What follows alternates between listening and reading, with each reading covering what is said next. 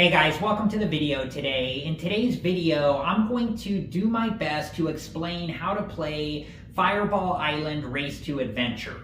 But before we begin, I wanted to talk about some different things. First, make sure that you're wearing the proper safety equipment and take all safety precautions, and make sure that you've read through the instructions and warnings that are on the box and in the instructions which come inside of the box. And second, I do have other videos about this Fireball Island Race to Adventure board game. One of them is an unboxing and setup of the board game, which I will link on the screen now in case you're curious in seeing how to set up this board game. And one of the videos is a comparison of Fireball Island Race to Adventure and the original Fireball Island. And I'll link that video at the end of this one. And if you're interested and have time, please check that video out. Okay, so youngest player goes first and play passes to the left. And this is what the back of the box looks like.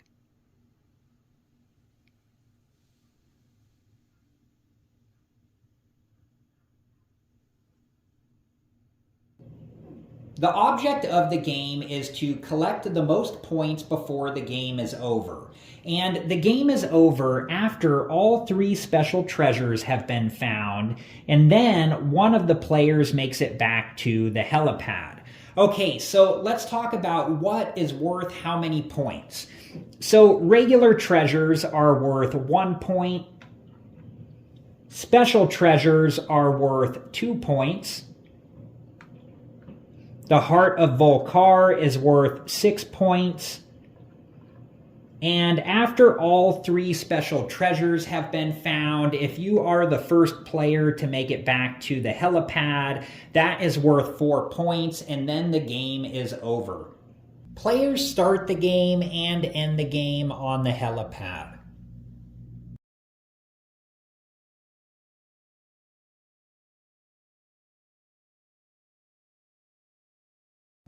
There are 5 different types of action cards, so you want to make sure that you mix these up really well.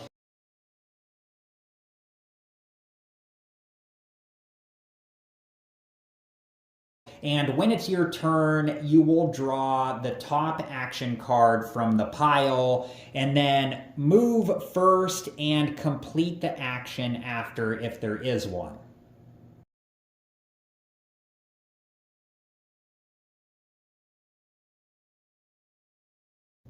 The places where you can move a player on the board are the light sandy areas. The light sandy areas are connected with brown muddy areas, and you can pass your player over the brown muddy areas.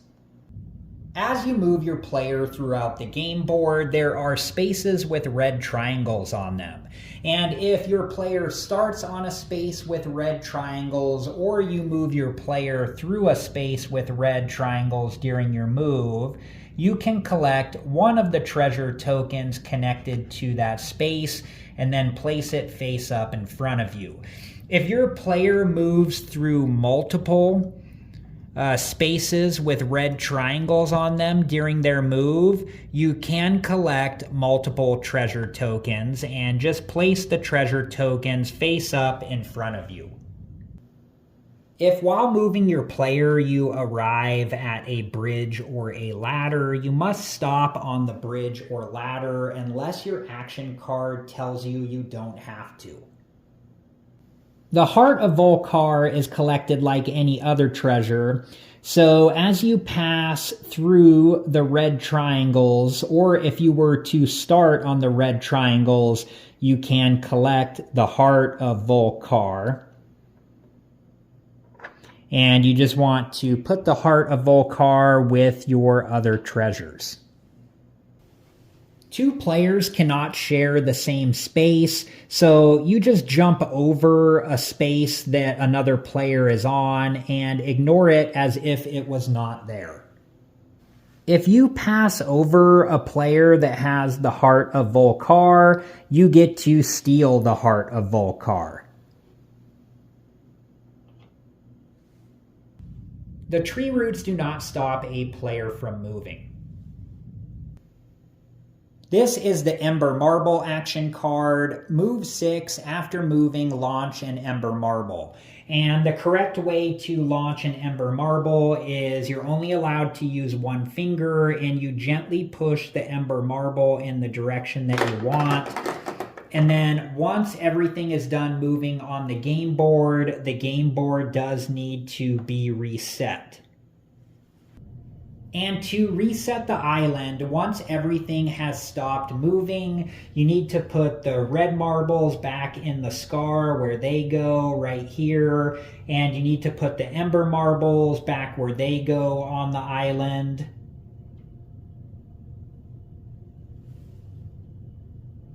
And you need to put the bridges back where they go, and you need to put the ladder back where it goes. And then any of the treasure tokens that have fallen off, you need to put back where they go. The Steal action card. Move 8, rotate Volcar 1 spot. While moving, if you hop over someone, steal any one treasure they are carrying. And I would mention you just want to be careful when you move Volcar 1 spot so you don't disrupt any of the other pieces on the game board. I'm going to show how to rotate Volcar shortly. The Cataclysm action card. Move 6. After moving, take the marbles from the scar and drop them in Volcar. And here are the marbles in the scar, these 4 red marbles here. And they get dropped into the top of Volcar right here. I'll demonstrate one of these. And just remember, after everything is done moving on the game board does need to be reset. And just be careful when you do this that you don't disrupt any of the other pieces on the game board. And if you are about to use a Cataclysm action card, do not reset the island until all 4 of the red marbles have been dropped through the top of Volcar and everything stops moving on the island.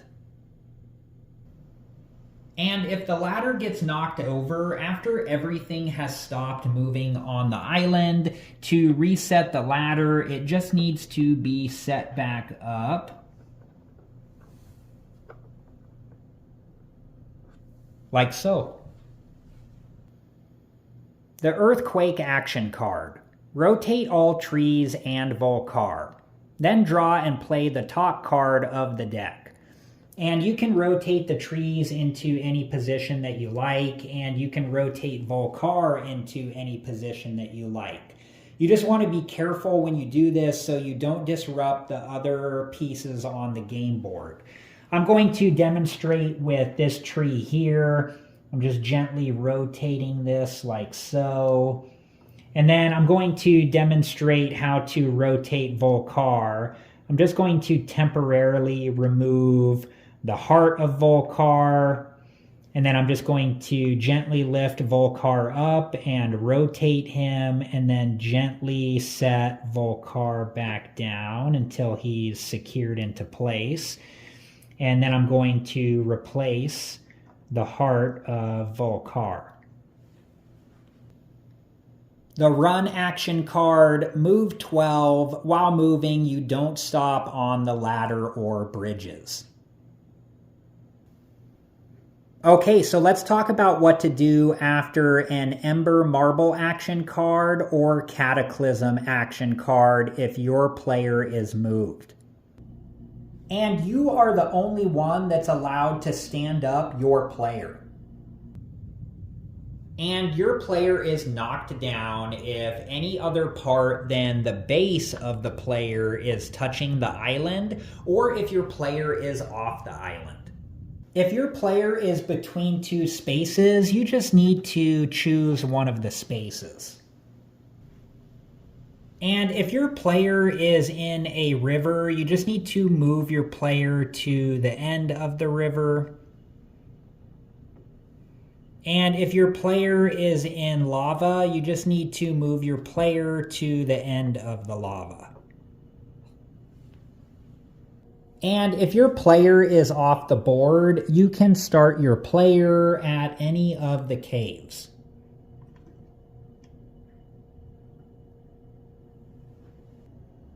And if there is any other scenario, you can start your player at the nearest space of your choice. If your player was knocked over by your marble or by another player's marble, do not stand your player back up until the start of your next turn. If your player fell over due to vibrations on the island from your marble or from another player's marble, as long as your player was not knocked over by a marble, once the marbles have stopped moving, you can stand your player back up.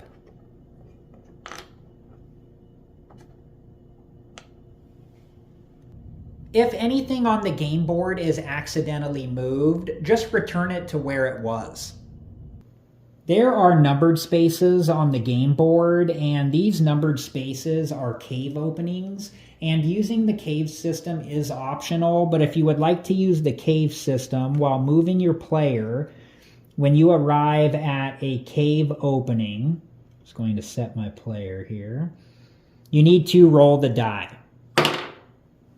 And in this case, I rolled a 3. And each number has 2 cave openings, so you need to go to one of the cave openings for the number that you rolled. In this case, I rolled a 3, so I'm going to move my player to one of the cave openings with number 3. And then if you still have moves left, you would continue to move your character until you're done. And once the 3 special treasures have been found and you're trying to get your player back to the helipad to finish the game, you do not need an exact move amount. And when the game is over, the player with the most points wins, and if there's a tie, the player with the Heart of Volcar wins. And if nobody has the Heart of Volcar and there's still a tie, the player with the most treasures wins. And if there's still a tie, the game ends in a tie.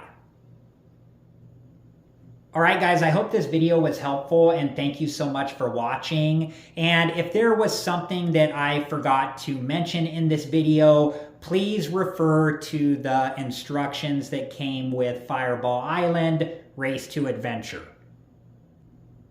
Thank you again so much for watching. Please like, subscribe, and comment, and I hope to see you guys in the next video.